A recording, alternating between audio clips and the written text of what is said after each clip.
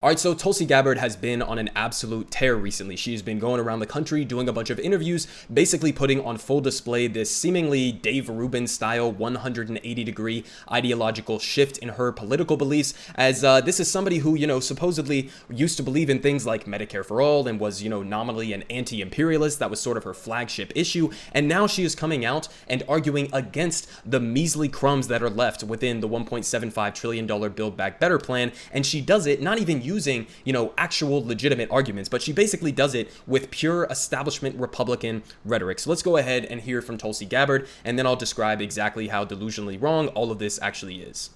Listen to the American people, whether they're Democrats, Republicans, independents, regardless of party affiliation.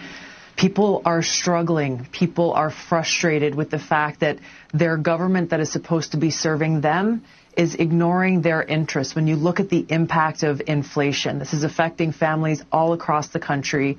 Now you're wondering, okay, well, can I afford this or that? But I can't buy both. And it's just such a terrible thing when our families across the country are faced with this. And when they look to Washington, what do they see? They see another multi-trillion-dollar bill that the Democratic leadership is pushing. And I'm not an economist, Tammy, but I can tell you with common sense, like most Americans have, I know that dumping trillions more dollars into our economy right now is only going to make this inflation crisis worse. Okay, except no, it's not. Okay, no, it's not. It literally is not. And not only would it not make the inflation crisis worse, but it would actually help the American people handle the inflation crisis. And I'll explain why inflation is actually happening within different sectors of the economy. But none of it, according to any of the data or the evidence that we have, is due to too much stimulus to the American people. Okay, so this is just not only wrong at face value, but it's also insidious, right? This is the exact type of rhetoric that you would hear from the mouth of the rotting turtle himself, Mitch McConnell. This is what you hear from establishment Reaganite style economic Republicans. Okay, this is not even like fake right-wing populist rhetoric. Okay, this is just straight up establishment GOP rhetoric. So it's like, at some point, and I'm not somebody who usually likes to call people grifters necessarily unless I'm 100% sure of it, but I don't know what else to call Tulsi Gabbard, because in my mind there is absolutely no way that you can have a good faith turnaround this dramatically in this frame of time as Tulsi Gabbard has, going from somebody who supposedly supported Medicare for all and all of these other progressive policy issues to somebody who now is saying this and now is deploying Reaganite style rhetoric in her opposition to basically something that would even barely give crumbs to working class Americans. And here's why it's extra insidious. It is double insidious for her to be using this rhetoric, because she is weaponizing people's common sense, as she says there at the end of that clip, right? She is weaponizing that to hurt their material issues or to hurt the material conditions of these people. Okay, so what she's basically doing here is she's pointing to things that are true, right? She's pointing to the frustration that average Americans have with Washington. Average Americans know that both the establishments of the Republican Party and the Democratic Party, that both of these parties do not actually represent the interests of average Americans. They represent corporate America, they represent the military-industrial complex, etc. Everybody understands this dynamic. So she points to something that is true within society, but then doesn't draw any actual conclusions about why they are failing to do what the American people want them to do. She said that at the beginning, right? She says, our government is not delivering on what the American people want. Well, why is that? Okay, it's because they're not going to the left enough. Okay, it's not because they've become too radical or because they're deploying too much social spending to help average Americans. That's not at all why people are fed up with the government. Okay, they're fed up with the government because they're not doing things like passing what was in the now hollowed out $1.75 trillion Build Back Better plan, right? They're not including the Medicare negotiating drug prices, which was the single most important part of the bill. Okay, they're not including paid family leave. They're not including free community college, etc. These are not things that would hurt the inflation issue. These are things that would just help average people, right? And so they see this when both parties can't get together and actually pass things that the American people overwhelmingly want them to pass. Now, this is why it's double insidious. Just on top of that, right? Not only is she opposing popular policies, not only is she wrong about her diagnosis of what is actually causing inflation, but on top of that, this type of rhetoric is exactly what corporate America wants. This is exactly what the billionaire class, what corporate America is pushing as their propaganda lines, almost word for word. And the reason for that is they don't want social spending that would actually help working class Americans. They want to maximize the surplus value that they are able to extract from the American labor force. Okay, that's what they want, and that is the line that Tulsi Gabbard is towing. And by deploying this type of rhetoric, by arguing against these policies that would materially improve the lives of average Americans, she is making the inflation crisis worse worse for average Americans, because now not only will inflation continue, because this isn't the actual cause of inflation, but now Americans will not only be feeling the consequences of inflation, but now they won't even get the bare minimum crumbs that are left within this social spending bill that would have otherwise helped them to deal with inflation. Okay, if you have a rise in the cost of goods within an economy, you think it would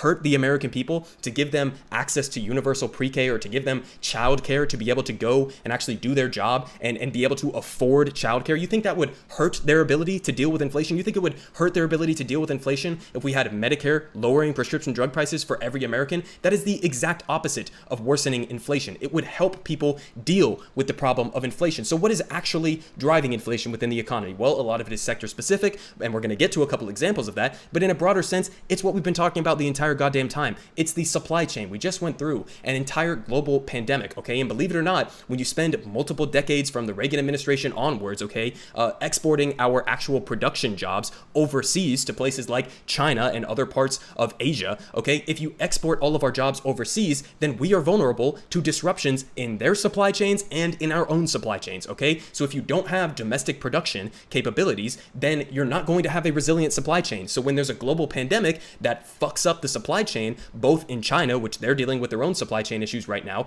and in the United States, then it's going to have disastrous consequences, okay? This is just the inevitable reality of it. And I can give you some specifics that they point out in this piece. So they say demand is up and supply is down, basically. That's the basic reality of this. And they say even though early in the pandemic, consumer demand dropped as people hunkered down amid lockdowns and unemployment skyrocketed, it has soared over the past year, not for services like restaurants and travel, but for goods mostly ordered online. And e-commerce activity has simply mushroomed to levels that never existed before the pandemic. Demand for products has significantly outstripped the market's capacity to produce or ship what is ordered, and some people aren't even going to the supermarket, hardware store, or restaurant anymore because they do all their ordering online. And that makes sense because we're in a pandemic, right? People are less eager to go out to public settings, so of course there's going to be an increase in e-commerce, and of course they can't meet that demand because of the problems on the supply side. So they say at the same time, supply chains remain a mess and are only getting worse. Bottlenecks have piled up all across Asia, putting great strains on the capacity of supply chains to deliver in a timely fashion, and severe global shortages of drivers and other workers are making it difficult to expand capacity or fix other problems plaguing the supply chains, so they can't break free of the thick mud that they're in. This creates a shortage of products getting through that limit competition and causes price increases. There are dozens of huge container ships, for example, continually idling near ports in LA, New York, and elsewhere around the world, which is tying up larger quantities of merchandise waiting to be unloaded, and there are over 500,000 shipping containers with about 12 million metric tons of goods near just Southern California, and ports have tried to lengthen their operating hours. President Joe Biden made it a key issue and plans to spend billions trying to fix it, yada yada, but these delays cost money, and then those businesses pass on those costs to consumers. And it's not just this, okay? We can get sector specific, right? So we have the supply chain driving inflation. Also, why have gas prices been so high? Well, I covered this story, which is basically an idea for why gas prices may have skyrocketed or at least contributed to it. So the main driver of inflation, as pointed out here by Ryan Grimm and Ken Klippenstein, is a murderous maniac in Riyadh. This motherfucker right here, MBS, who is basically pissed off at Joe Biden for not wanting to meet with him because he dismembered a journalist in Jamal Khashoggi. Okay, so he's withholding the supply of this oil cartel that Saudi Arabia helps to lead, right? It's called OPEC, and basically if they restrict their oil supply to the global market, we are going to feel that here domestically. Now, there are ways to get around that, and Joe Biden has begun the process of trying to get around that, right? So you see here, President Biden opens oil reserves to relieve high gas prices. It won't be immediate, but you're going to start to see reductions in the cost of gas, okay? These are the actual things. This is just one sector-specific example. Notice how none of what we've talked about so far has literally anything to do with the social spending bills or helping average Americans with these types of bills that are on the table right now, I guess you could say. But in addition to all of this, okay, we have the pure baked-in greed that exists within the capitalist system itself. Corporations, I also covered this story on my channel. Corporations are using inflation as an excuse to raise prices and make fatter profits, and it's making the problem worse. You see here, large companies tend to use periods of rising inflation to boost their profit margins. Having fewer competitors in an industry, we have monopolization within our economy. That means there's no competition to drive back down prices in this so-called free market. And the current inflation rate is a symptom of corporate consolidation, as Robert Reich was pointing out there. So listen, We have multiple different contributing factors to why inflation has gotten to the point that it has now. We have sector-specific examples like an oil cartel led by a murderous dictator restricting their supply to the global market. Okay, that increases gas prices, right? That's sector-specific. We have issues with the supply chain backing up. We have issues with pure corporate greed, where corporations